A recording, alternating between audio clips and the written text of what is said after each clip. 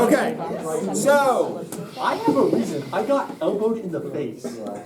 You did not get elbowed in the face. You did. I have the same cranium as you.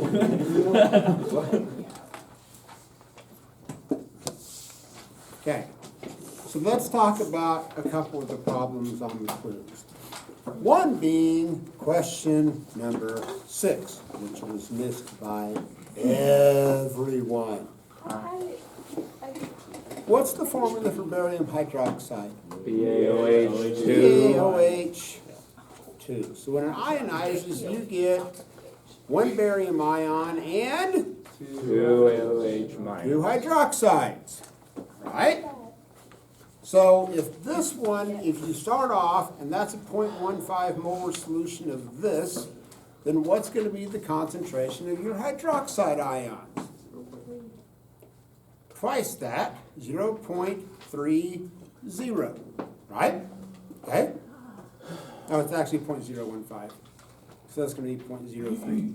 So there's the concentration of your hydroxide ions. So you're asked to find the pOH. So what are you going to do? Just take the negative log of that number. Okay? That's it. That's all you had to do. Okay? Boom. Now, here's the question that drove me to the point that I seriously considered my life choices. Number 8. And that was number 8. I saw magic happen. I saw, oh no, seriously. Like, we have a serious wizard problem in this room, okay? I saw this used.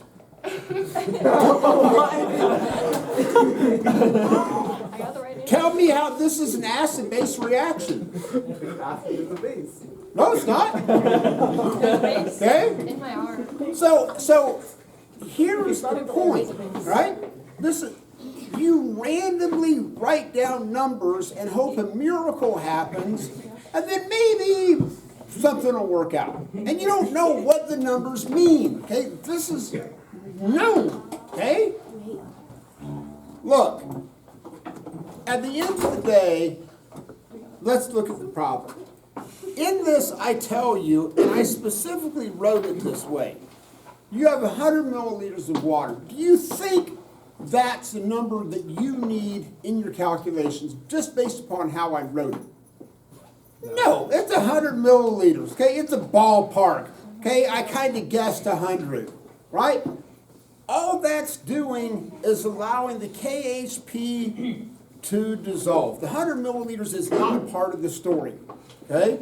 If I wanted to be part of the story, I would have said, hey, this is added to exactly 100.0 milliliters. It's 100. There's not a decimal place.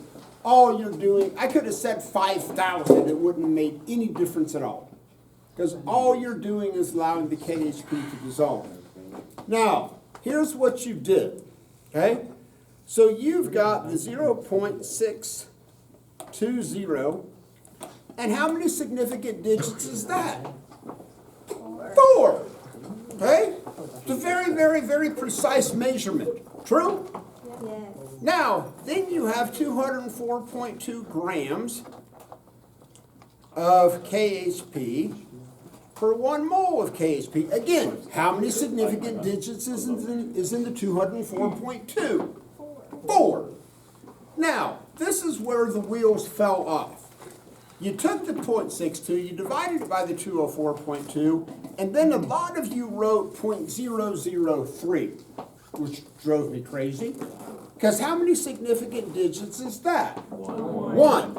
I gave you 4 digits in the mass, I gave you 4 digits in the molar mass, and then you go, oh, it's 0.003. Okay? That was frustration number 1. How many? You should have 4 significant digits. The 3 is the beginning, so this should technically be 0.036. Now, here's what's important. That's moles of what? KHP. Okay? You can't just ignore it and go, oh, whatever. moles of KHP, who cares? I'll just wave my little chemistry wand over it and, oh, no.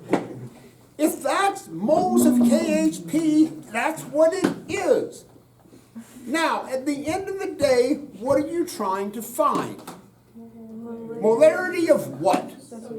So what two numbers do you need to find the molarity of sodium hydroxide? The moles of sodium hydroxide And the liters of. and the volume of the sodium hydroxide, which is what in liters?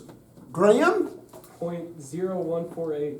0.0148. Technically, there's even a zero on the end of that. Okay? Now, and this is why I did this. This was a calculation you did on the lab. It isn't like I randomly made this up. Oh, the kids have never seen this calculation. I'll be a jerk. Okay?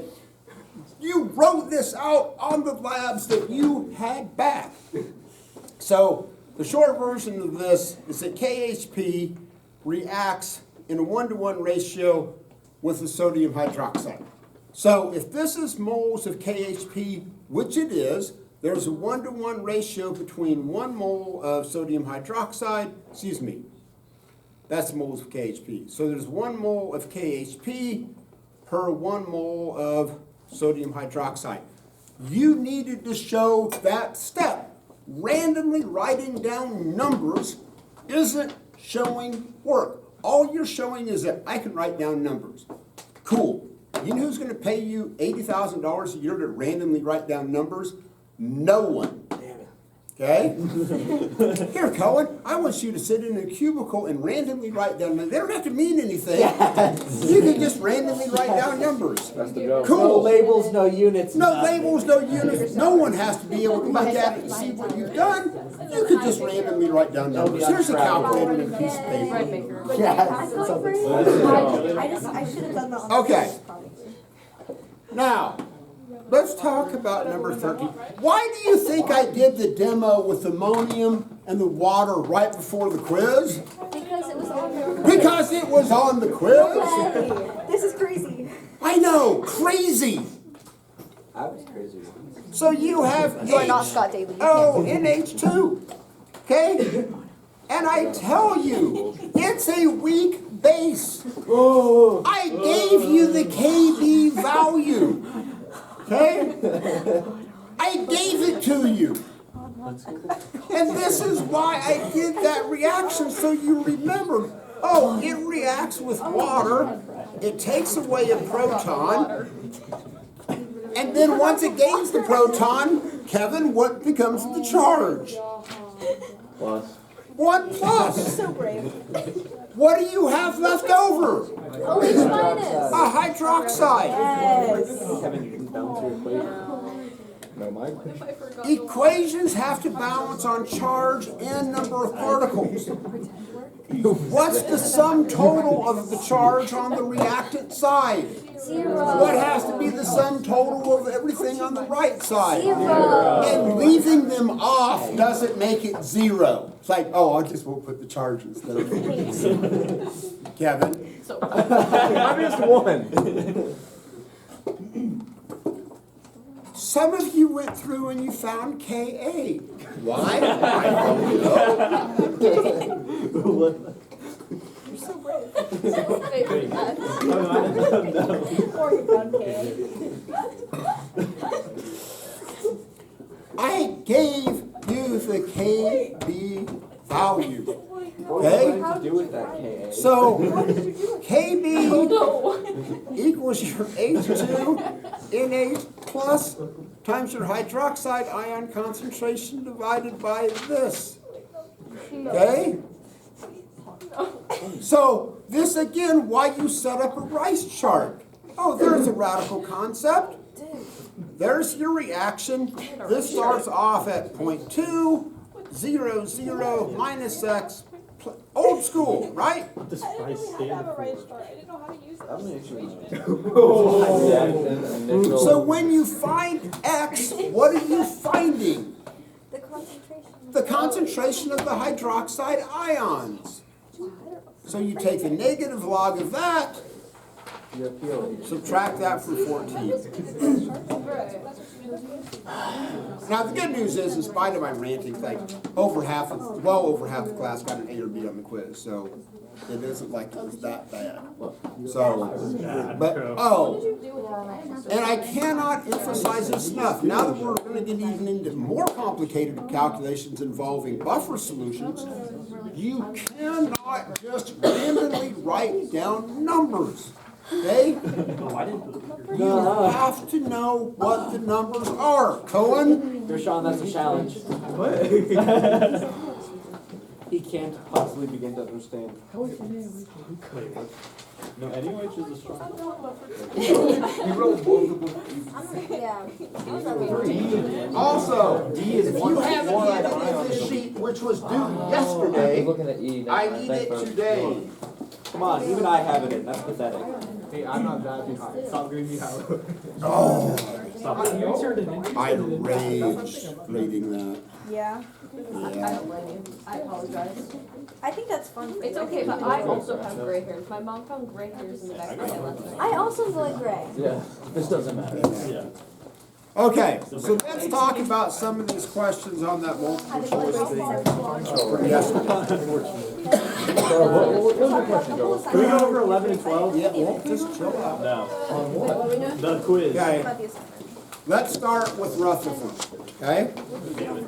So, here's the event what? He meant 11 and 12 on the quiz. On the quiz.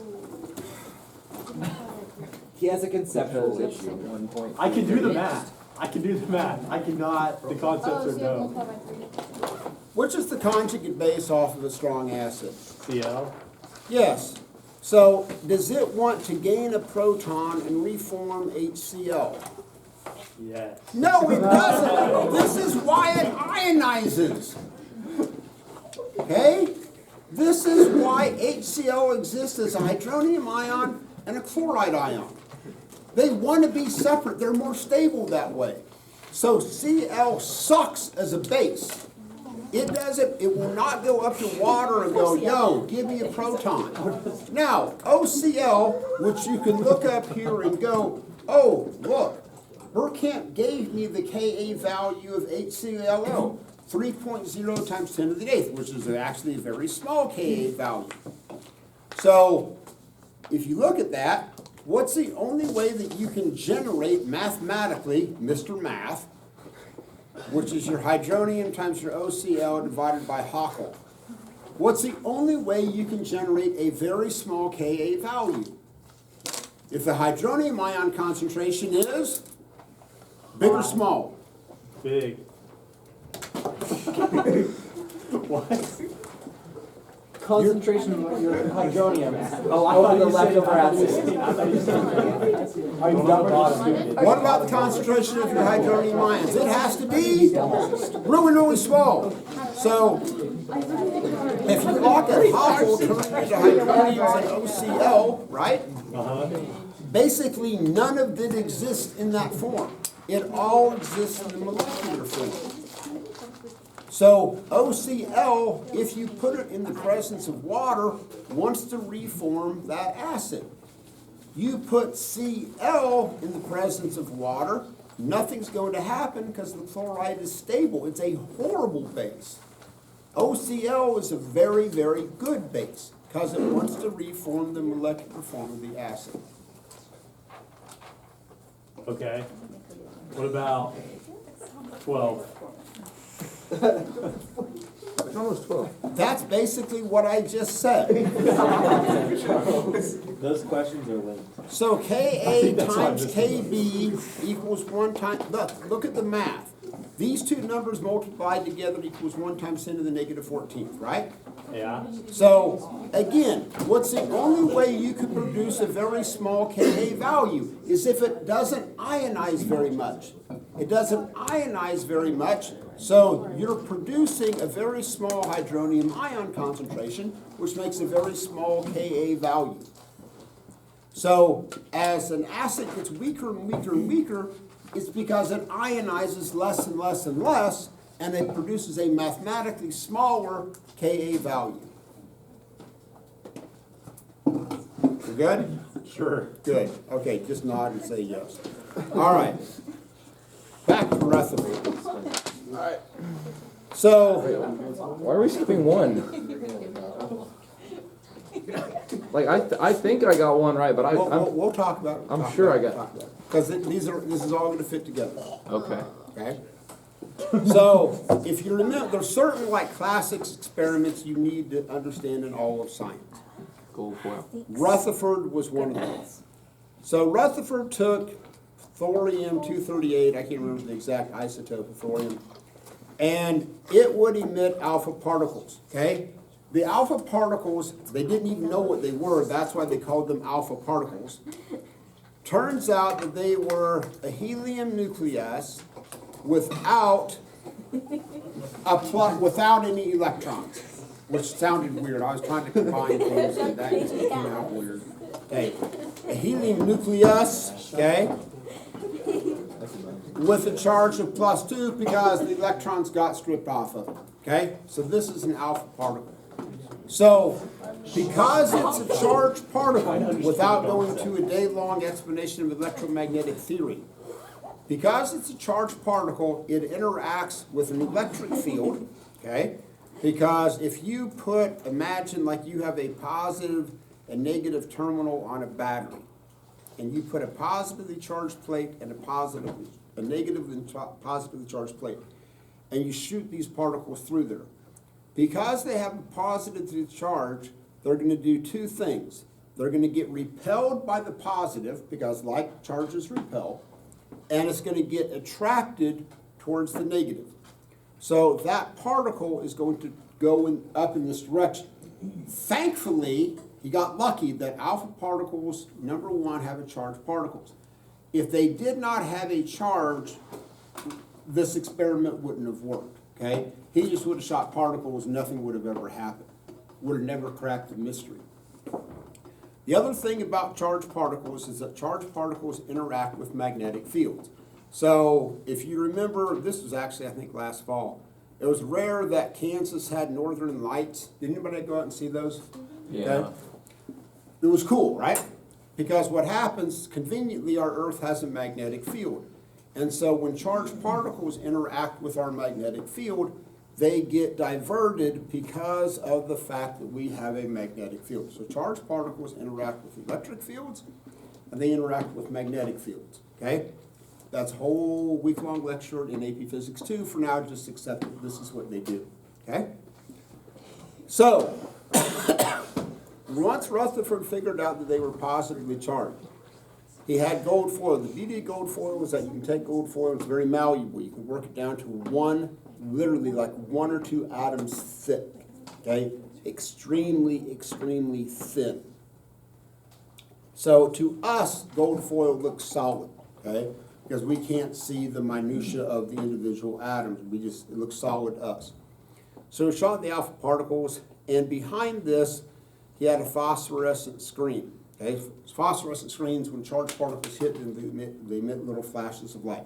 So this was done, it was a horrible way to do this lab, but it's the only way it worked. So they were in a darkened room, there was a phosphorescent screen, and you would see little flashes of green light on this screen. You're sitting beside a radioactive source that's emitting alpha particles that you don't even know what it is. And if you're a graduate assistant, you're sitting in there with a piece of paper, literally making marks on a piece of paper, keeping track of where you see the flashes of light. Okay, that's what you're doing. So, when that happens, what they found is that most of the time the particles went straight through. So, what he concluded is that the atom, though it looks solid to us, is about 99% empty space. Okay, so if like my fingertip, the fingertip is an atom, the nucleus would be something not even the thickness of the tip of this pin on scale. It'd be the thickness of a human hair. That's the size of the nucleus. So everybody says, oh, we'll split the atom. Well, if you consider what it would take to actually split the atom, so imagine you have something this big and you're trying to split something the thickness of a human hair in the middle of it, okay? That's kind of tough to do. So not only is it a very, very, very, very, very tiny target, it's also incredibly tough to split it because of the fact that you have something called the strong nuclear force, which holds the protons and neutrons together. Because the protons don't like each other. They want to go flying apart because they all have the same charge. So once they figured out that the nucleus was positively charged, they said, whoa, we have to come up with a new force. This is embarrassing. Because they didn't know what it was, because the protons shouldn't exist that way. The protons should all go flying apart because they have positive charge. They said, that's clever. It's a strong force, and it holds the nucleus together. Let's call it the strong nuclear force. Score! Okay? Marketing department says, hey, we can work with this. So, but every once in a while, like literally 1 in a million, the alpha particle would come in, it would hit, and it would bounce back, straight back. So kind of on scale, imagine that I have a marble, okay, in on a relative scale, it would probably be about in the commons, okay? Not even in the back of my room, but in the commons. There's a marble down there in the commons. And I have a BB gun. It's gonna shoot a really small BB at a marble that's in the commons, okay? And I'm blindfolded. So, what's gonna happen?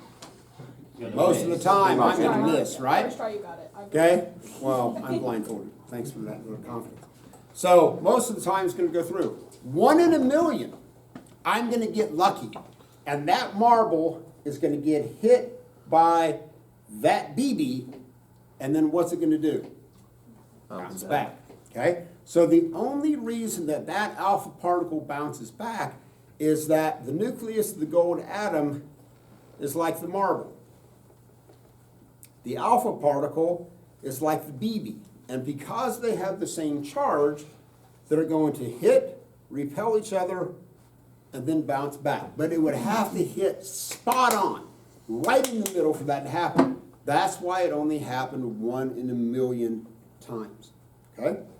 So at this point, everybody that was doing this research at the time were physicists, okay? They going, this is cool, right? This is cool. Because they thought this would be like the solar system. They could say the sun, here's the planets, here's the nucleus, here's the electrons. It would be a similar type model, which is why if you look at like the Bohr model and the early models of the atom, that's how they had it. They had it drawn around in little circles because they were all physicists. And they said, oh, it's like a planet orbiting the sun, okay? Problem is it got really weird. We don't know where the electrons are. All we can talk about is probability functions, okay? We actually don't know what the electrons are doing. We don't. We can talk about where they're most likely to be, but that's all we can do, okay? And don't go, Mr. Burkamp, show us an electron. I cannot show you an electron, okay? It's this tiny bit of weird matter that does really weird things. It actually travels in a wave. We'll talk about that later. It actually doesn't even travel like in a circular path. It actually travels in a wave. It gets really weird. What? No, it does. It's called the de Broglie wave function. So, what about Bose-Einstein states? Where they're all what about what? Bose-Einstein states? Oh, that's a whole nother. We're gonna talk about this. Okay, so when you get to question number 2, okay, on the multiple choice question, it says, which of the following statements is not true concerning Rutherford's conclusion about the structure of the atom? So, the only thing that's not true on there is statement D, okay? All the other ones are true. Now, theoretically, the electrons have a tiny, like, mass with a little bit of negative charge, but that isn't going to explain what happened, okay? So on number 2, the only one that's not true is D. The rest of them are all true. Now, on number 3, okay, and this is also going to be true for and some other problems as well. When you look at mass number, can mass number ever be a decimal? No. No. Why? Because protons and neutrons about weigh. It's the total number of protons and Neutrons. neutrons, And they're like. okay? And you can't have partials. I can't have, 0.5 of a proton or 0.3 of a neutron, okay? Can't, they're whole numbers. So, it's helpful if you understand the historical perspective. When you look at John Dalton, who came up with the atomic theory, that was the first working atomic theory. He said that all atoms of the same element were identical, okay? That's what he said, all atoms of the same element were identical. So all nitrogen atoms are the same, all carbon atoms are the same, all fluorine atoms are the same. He made that statement because at the time, we didn't have the technology to isolate individual isotopes, okay? We didn't even know that there were protons and neutrons, okay? At the time, we thought particle atoms were as small as you could possibly get because the word atom comes from the Greek word atomus, which believes that they were like as small as you could possibly get and still retain the properties. So that's why so John Dalton actually went retro back to the Greeks and he pulled out that word atom because there was a branch of the Greek philosophers that they were literally called atomists. They said, oh, hey, if I take and break something down far enough, once I get to that smallest point, then it won't be gold or it won't be aluminum or hydrogen or whatever that is. That's why it was called an atom, because it didn't think it could break anything down. So there's two main parts of Dalton's theory that had to be revised. Number one, the atom was not the smallest fundamental particle. J.J. Thomson shot that down when he found the electron, and then we found the proton. So why do you think it was so difficult to discover the neutron? They can't like bounce charge. Yeah, neutrons don't do anything, kinda sit okay? there. Neutrons are like wallflowers at a party, right? They're there. They don't interact with electric fields. They don't interact with magnetic fields, okay? And they're bound up in the nucleus. So it isn't like, hey, I'm gonna go to Walmart and buy, hey, I just need 10 neutrons. Can you help a brother out, okay? You don't have neutrons just floating around, all right? Or a Walmart employee though. Oh yeah, go to a Walmart employee, ask them that, excuse me, can you tell me where your neutrons are located? I'd like something in, not too heavy, not too What? light, something in medium range. No, okay? Yes. That was so So, embarrassing. neutrons were incredibly difficult to find because of the fact that they're massive and they're locked up in the nucleus and they don't have a charge.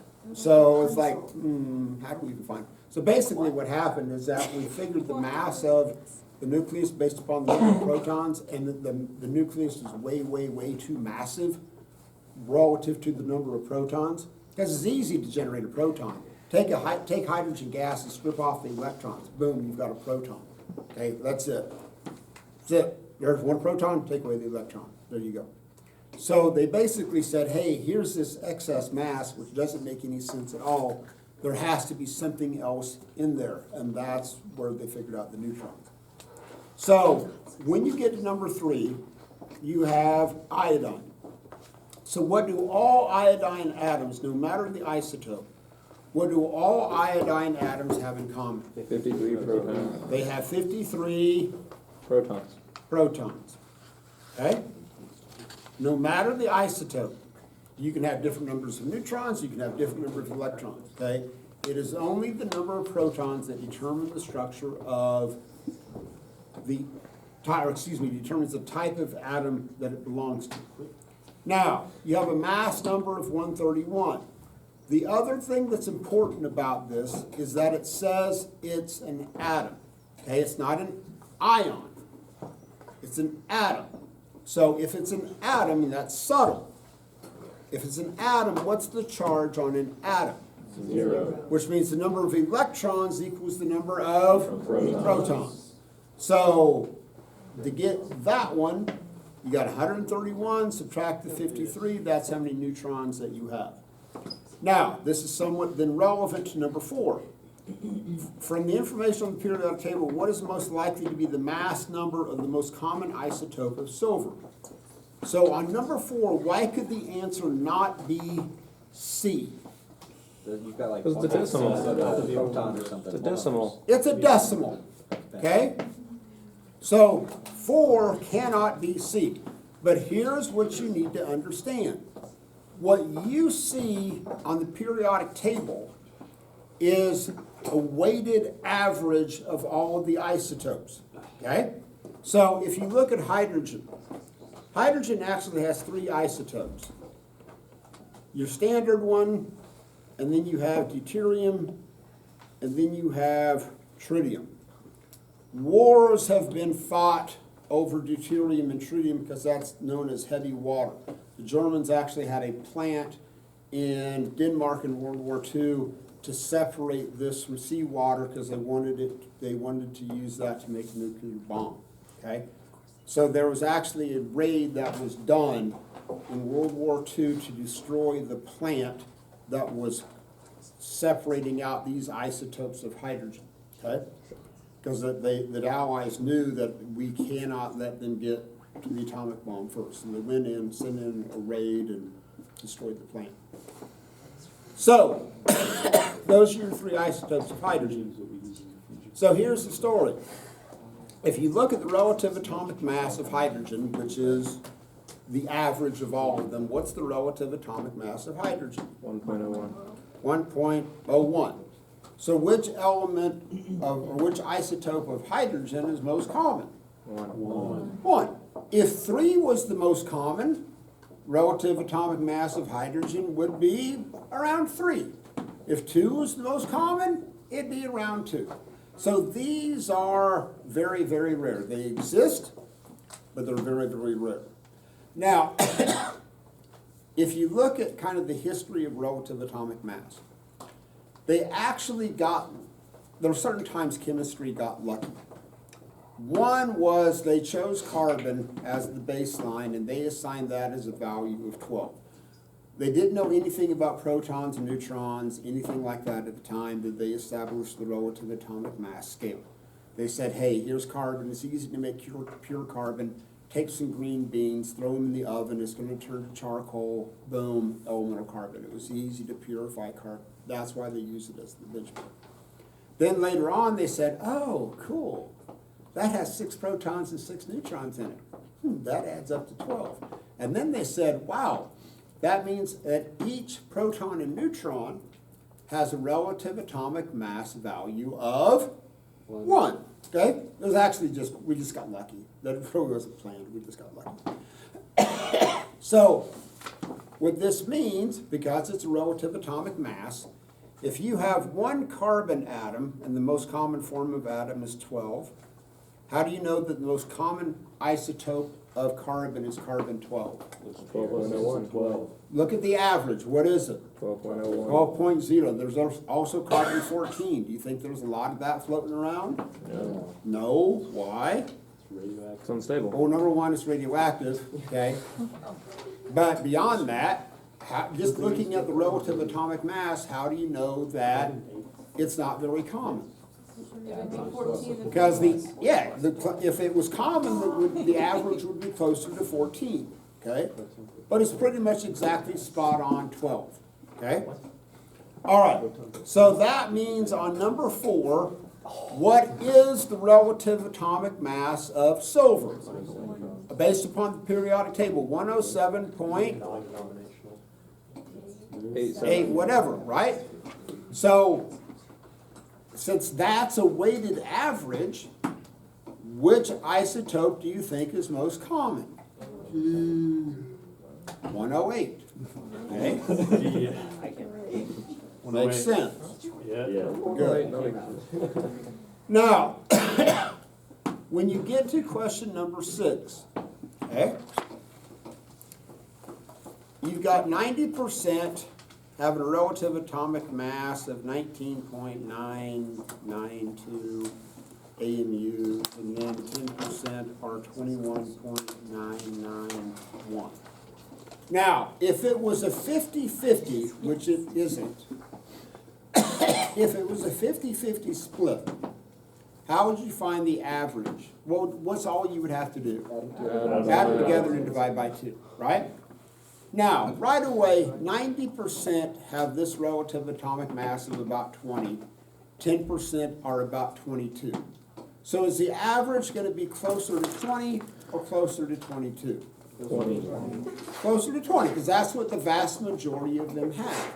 So even if you look at number 6 and you go, man, I have no idea how to work this problem, right away, what can you eliminate? C through E.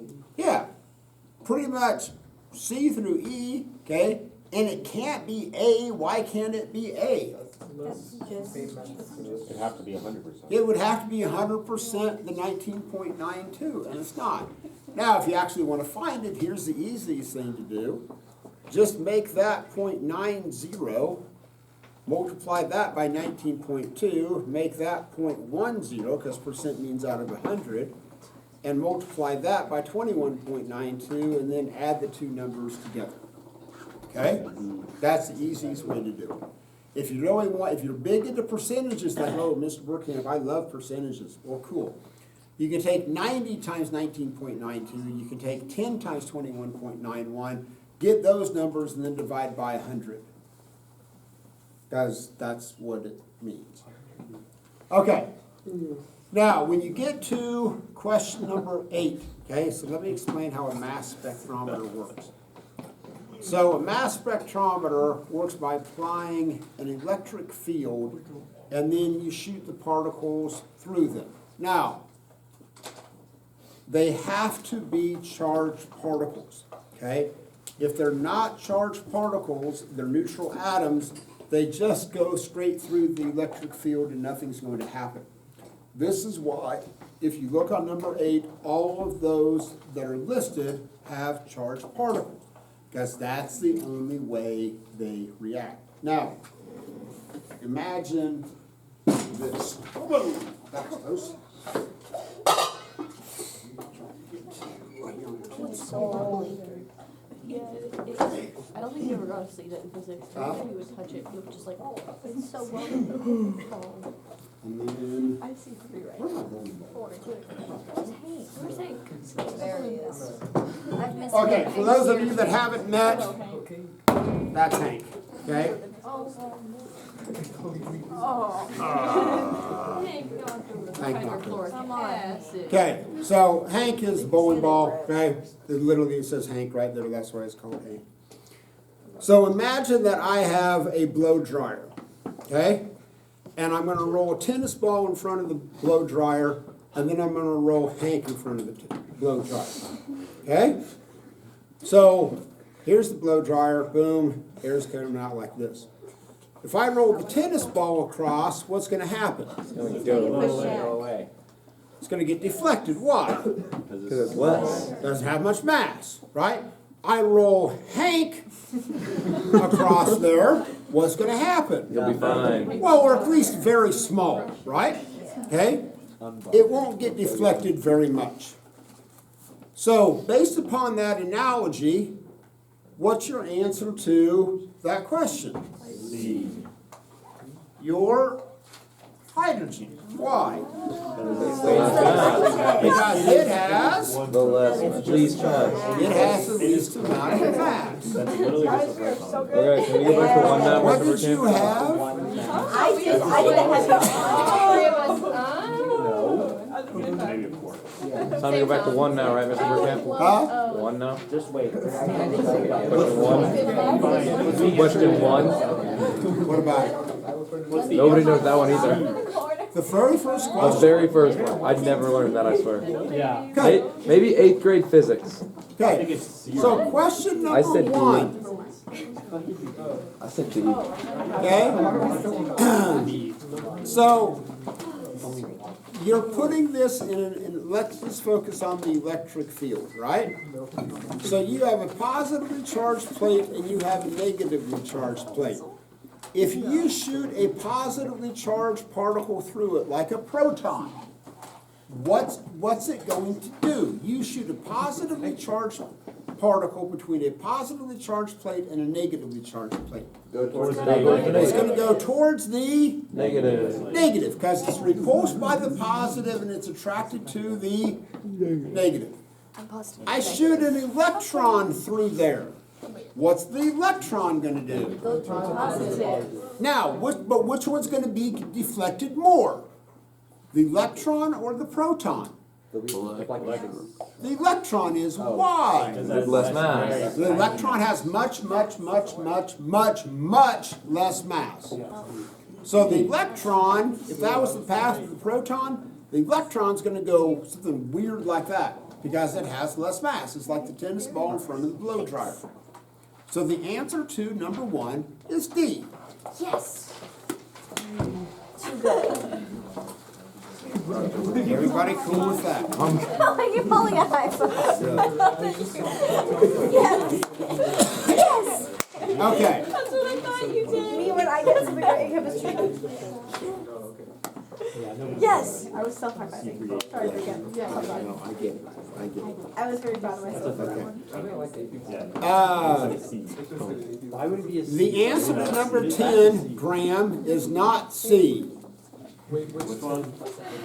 The MA. The very first 10 Okay. Thank you, is Dave. not C. It's not safe. You're welcome.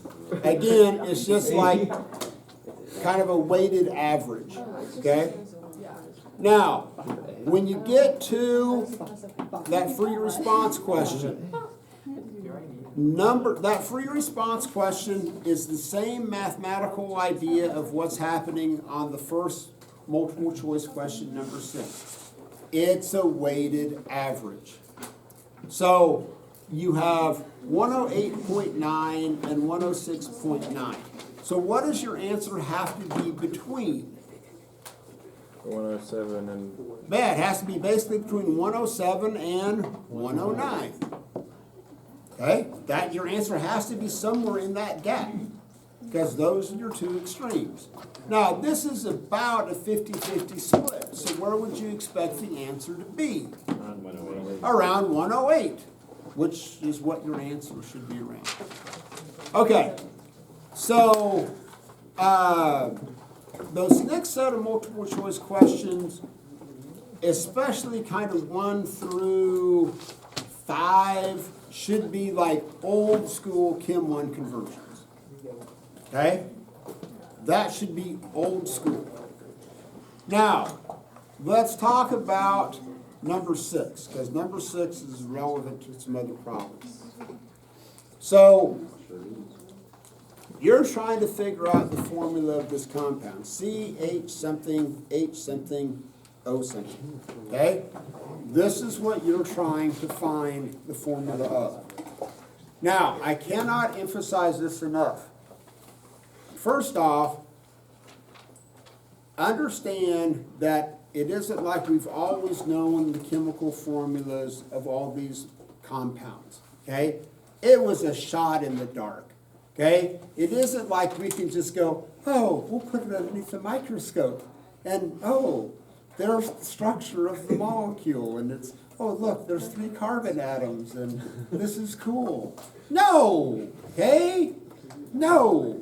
There was a whole bunch of different techniques we used, but it was fundamentally a process of elimination. Like, what can it not be? So one technique that was very common is that they took a compound, and even then it had to be, they knew they had to purify it to know that it was all the same type of compound, okay? Because if it was mixed in there, then there was no point in it, it was a train wreck.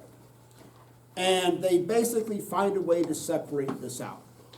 And so on this one, they're saying, okay, you took a 10.31 gram sample. That was the overall mass of the entire thing, right? And out of this, you have 6.180 grams of carbon and 1.386 grams of hydrogen and 2.744 grams of oxygen. So this is what you have to understand about these coefficients. They are a ratio of atoms.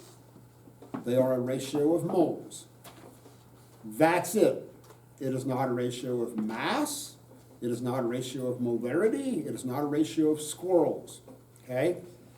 It is a ratio of atoms. It is a ratio of moles.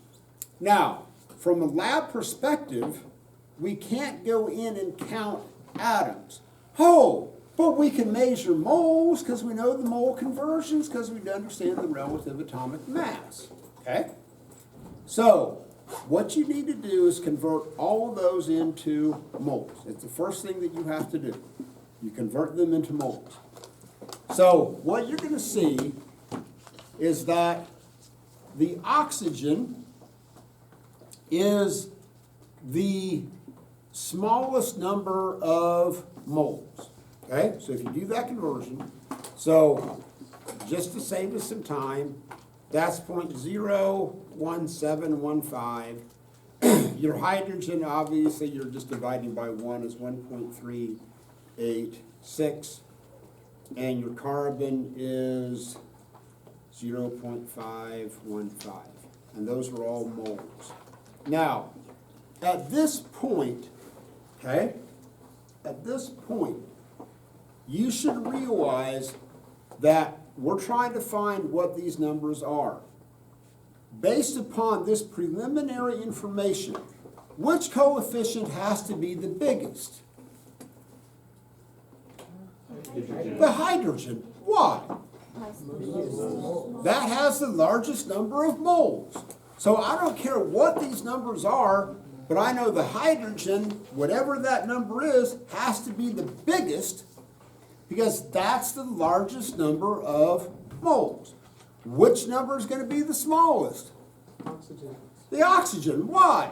Smallest moles. It has the smallest number of moles. Yes. You were Whatever. really passionate. I just wanted them to get it right so I could come back for them because you sounded heated. So I was like, get the answer. Oh no, this is the calm down version. You should have seen when I handed back the quiz. That Did was not go well. absolute It's not rage. good. Yeah, I'm sorry. that was I hate rage. to see heated bird camp if this isn't heated bird camp. Oh no, no, it was bad. This is very calm, cool. This is very calm. This is happy fun time version. Yeah, raging Burkamp is bad. Okay, so this is a ratio. So what's the next step that you're going to do? Divide by the smallest, which is the 0.1715. Yes? Yes. Come back. I mean, from the first assignment. Okay, right?